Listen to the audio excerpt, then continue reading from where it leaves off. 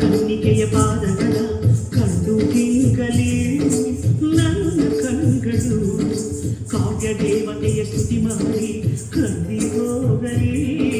ನನ್ನ ಕಂಠವು ಎದೆಯಲ್ಲಿ ಮೂಡಿ ಮಾತನಾಡಿ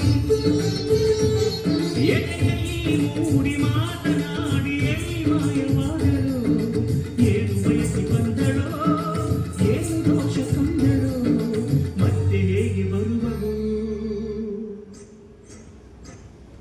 ಕಾವ್ಯಕ್ಕೆ ಧ್ವನಿಯಾಗಿ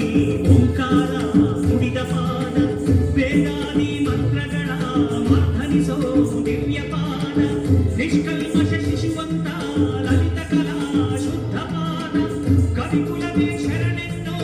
ಅಕ್ಷರಶಃ ಸತ್ಯಪಾದ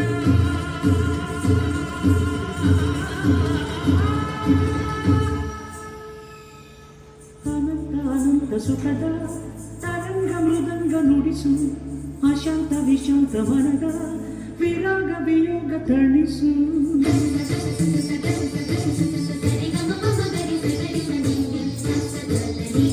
ಸರಿ